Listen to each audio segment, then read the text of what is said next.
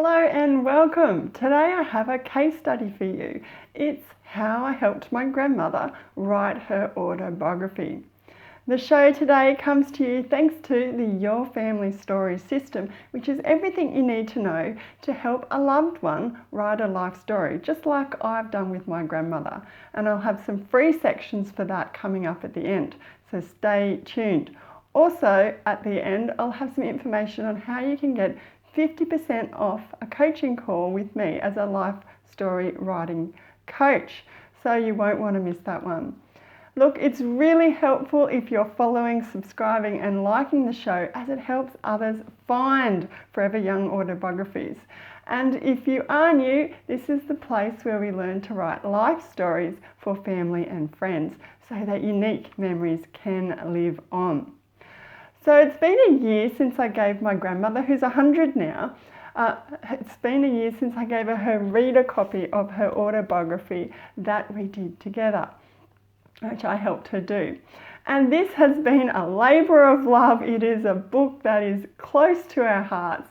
And since it's time, we've just come off Valentine's Day, I thought it'd be great to look back at part one of this writing journey I took with her. Look, we bonded so much over this whole project, and I also learned a lot about planning and writing a life story. So that could be an autobiography, it could be a memoir, biography, or something else completely creative and different. So come with me on this part one of this series of me and my grandmother helping her write her autobiography. And there's going to be some ideas and some tips that's going to be applicable if you're doing this with your loved one. So to kick it off, I'm just going to start painting a bit of a picture of how we got to start this project. And look, our granddaughter, grandmother, we rang each other quite regularly, and we would often be talking on the phone. And as I've had my kids, she's been reminiscing about a lot of things in her own childhood and when she had kids. So we would often be talking regularly on the phone, sometimes really long conversations.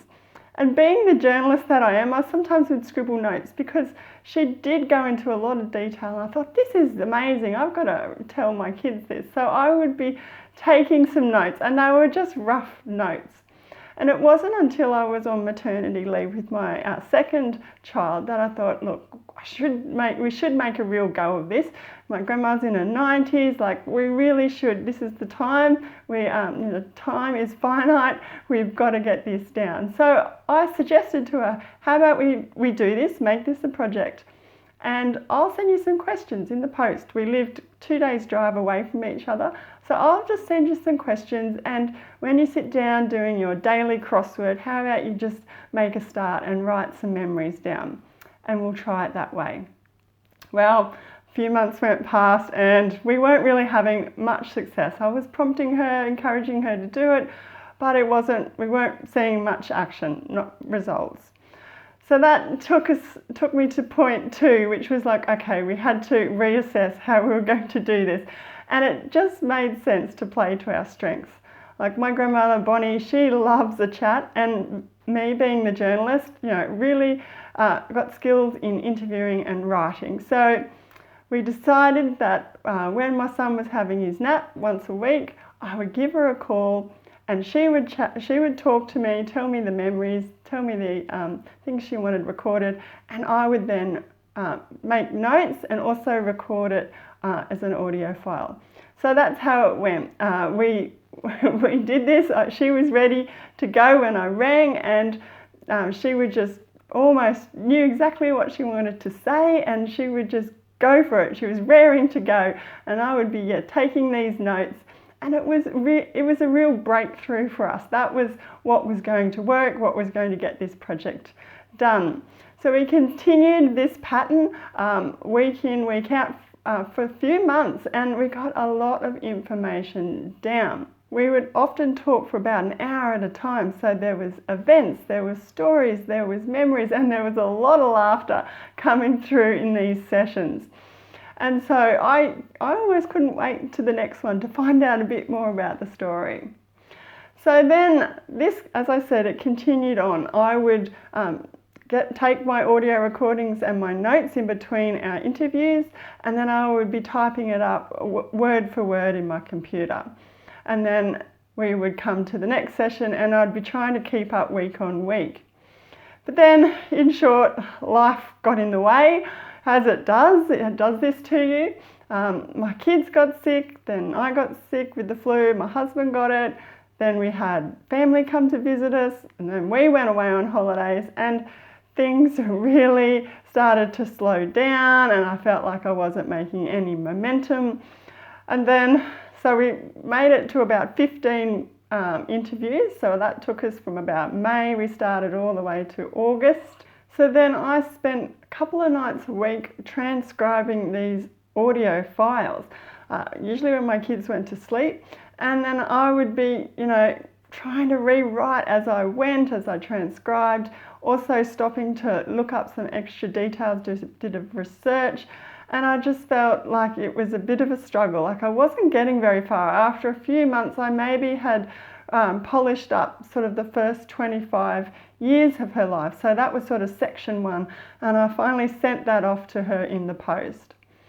But then I had a real change of heart, or real change of energy, when it was about Christmas by this stage. We travelled 2 days down to see our family, and I was able to see my grandmother during this trip and to get that corrected version of that first section back from her. And over cups of tea we went through lots and lots of photo albums, and I was able to see how important this project was to her and how important it was for a family. We were chatting, we were reconnecting, we were having a great time and talking about this family history project, and that really motivated me and energized me to just how important it was and to keep going. So then when I got back home, I was like, yep, I have to pivot again. This is taking a long time. I need to move it up, get it moving. So I thought, okay, I'm not going to try and rewrite as I'm transcribing. Let's just put clear boundaries here. I'm transcribing. It's going to be raw. It's going to be unpolished. It's not going to be perfect, but I'm just going to try and get that down. And that really did boost things along, got me motivated to keep going. And over about 6 weeks, I just went through all of those audio files and I transcribed, I think I got about 50,000 words onto my laptop. And then I started to go back. I started to group memories or group stories onto subheadings and then headings and then chapters. And this was all usually chronologically, but sometimes it was to do with a topic or an interest. And so I really did make some inroads, and that's where I'll probably leave this story at this point. This is part 1 in the story, but I was then going to be moving on to the rewriting, the polishing stages, and hopefully getting the next 50 years of her life, it's a long life, getting that ready then to send to her, that section 2, to correct and move on. So in conclusion, that's how I managed to start this challenging and rewarding journey to record a very special life story. And to recap, the things that the process that I went through was, figuring out how to start. There was a few false starts there, and then working to our strengths, playing to our strengths, getting over life slowing us down. And for me, that meant reconnecting with my grandmother in person and remembering my why this project was so important to her and to our family. And then pivoting again slightly to separate the tasks of writing and editing and just really focus on getting each stage done one at a time. And so my hope in sharing this case study, of sharing my experiences, is that you will realise that life story projects are really valuable, really worthwhile, but they do come with their challenges, and you need courage to keep going and see it to the end. So as I mentioned, this show is sort of part 1 in a 3-part series I've got about completing the autobiography for my grandmother Bonnie. If you'd like to know more about this part 1, please head to my website and you can catch it there. You go to foreveryoungautobiographies.com/case study, helping my grandmother write her autobiography. I realise that's a long link there for you to remember, but I will leave the address for you down below or in the show notes. So please click and take a look. It will also have links to the other parts of the series, so part 2 and part 3. So please have a look and leave me a comment too while you're here or while you're checking out that article. I'd like to know, what challenges are you facing, maybe writing an autobiography for a loved one or for your other life story projects. Please share so we can all learn. I mentioned earlier the Your Family Story system, which is the system I created after helping my grandmother write this autobiography, and I lay the process out step by step so you can replicate it with your loved one. And I've got some free sections to that, so you can take a quick look before you maybe commit to buying that guide, that Your Family Story system. And to get a taster for that, all you need to do is go to foreveryoungautobiographies.com/free. There'll be a little form there, a little box, you put in your name and your email, hit OK, and I'll send it to you. It's free, so I encourage you to take a look. Also, I mentioned I'm doing coaching calls to help you with your life story writing, and I've got a special deal on at the moment. It's a limited time, so please consider taking me up on this. It's 50% off, so half an hour for $25, which is amazing value. I can really help you get over whatever challenge it is you're facing with your project and get you moving so you can hold your project in your hot little hand. Very, very important to keep moving, get unstuck. And I can help you do that with this special deal at the moment. To get that, you can go to foreveryoungautobiographies.com/deal.